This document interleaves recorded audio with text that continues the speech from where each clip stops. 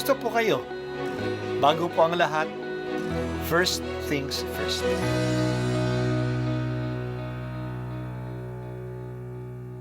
Good morning po. Sinisimulan po natin ngayon ang first things first. At dito po, tinatalakay natin sa unang bahagi ng umaga natin ay ang first readings na binabasa po sa banal na misa. Ito pong tinatalakay natin kasi madalas po kasi marami na tayong alam tungkol sa gospel readings. Pero konti po ang nagsasalita sa first readings. Pero ang first readings, bahagi din po yan ng Biblia, ng banal na kasulatan. Kaya susubaybayan po natin ang mga first readings, basahin po natin at kuminsan kailangan ng basahin ng 2 o 3 beses bago maintindihan kasi hindi po tayo familiar sa mga istorya at sa mga kaisipan na tinatalakay dito. Ang pagbasa mula sa mga gawa ng mga apostol. Noong mga araw na iyon, nagkatipon ang may 120 kapatid.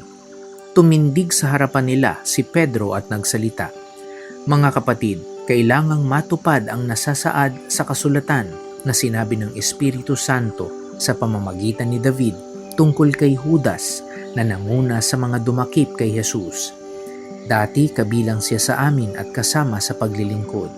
Ngayon, nasusulat sa aklat ng mga awit, ang tirahan niya ay tuluyang layuan at huwag ng tirahan ninuman. Nasusulat din, gampanan ng iba ang kaniyang tungkulin. Kaya dapat tayong pumili ng isang makakasama namin bilang saksi sa muling pagkabuhay ni Jesus. Kailangang ito'y isa sa mga kasama-sama namin sa buong panahong nakipamuhay sa atin ang Panginoong Jesus, mula nang binyagan siya ni Juan hanggang sa iakyat sa langit. Pumili sila ng 2 lalaki, si Matayas at si Jose na tinatawag na Barsabas at tinagurian ding Husto. At sila'y nanalangin, "Panginoon, alam ninyo kung ano ang nasa puso ng lahat ng tao.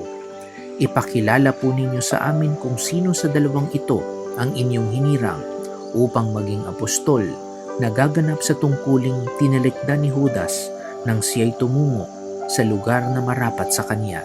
Nagpalabunutan sila at si Matayas ang nakuha. Siya ang nadagdag sa 11 apostol. Ang salita ng Diyos. Salamat sa Diyos.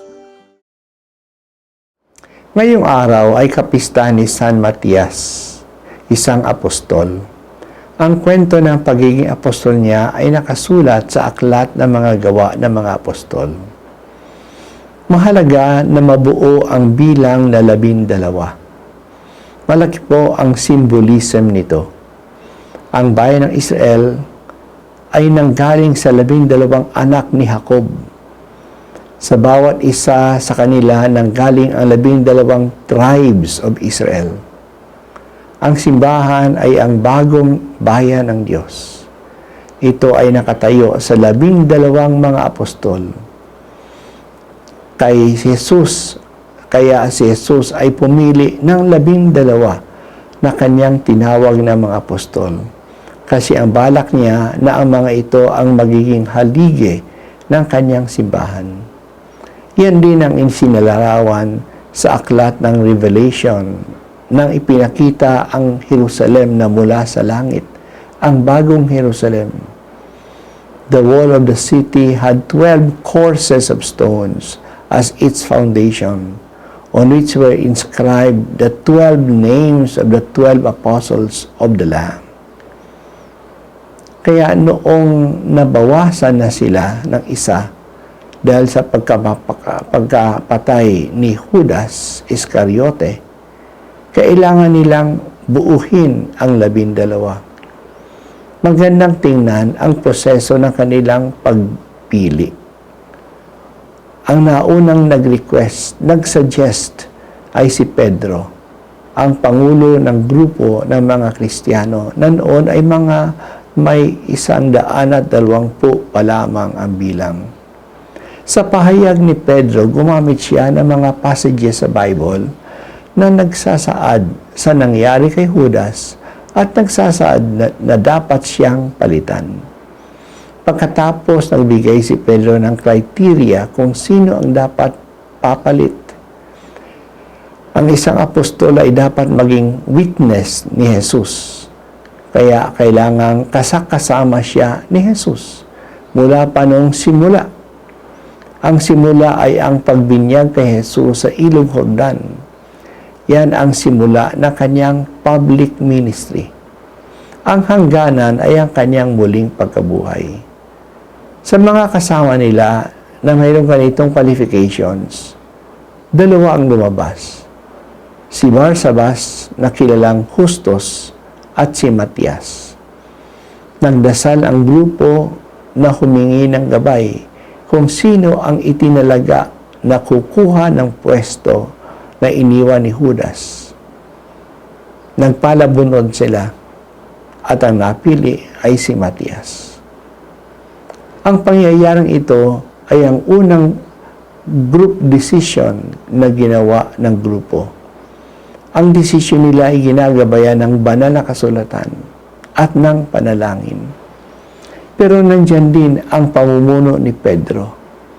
Nakilala nila na ang Diyos ay nagsalita sa kanila sa pamamagitan ng kanilang pagboboto o pagbubunutan. Hindi gaanong maliwanag kung sila ba ay nagbotohan o nagpalabunutan. Sa anumang paraan, ang hinahanap nila ay ang kalooban ng Diyos. Hindi ito popularity. Ito ay discernment. Ang Diyos ang may desisyon.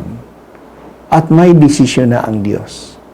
Ang hinihiling nila na ang desisyon ng Diyos ay lumabas sa kanilang pagbubunutan o pagbobotohan. San Matias, tulungan mo kami na maging tapat na tagasunod ni Jesus. Naging kasama ka ni Jesus mula sa pagbinyag sa Kanya hanggang sa Kanyang pag-akyat sa langit. Sana kami rin ay manatiling kasama ni Jesus mula ngayon hanggang sa wakas ng aming buhay.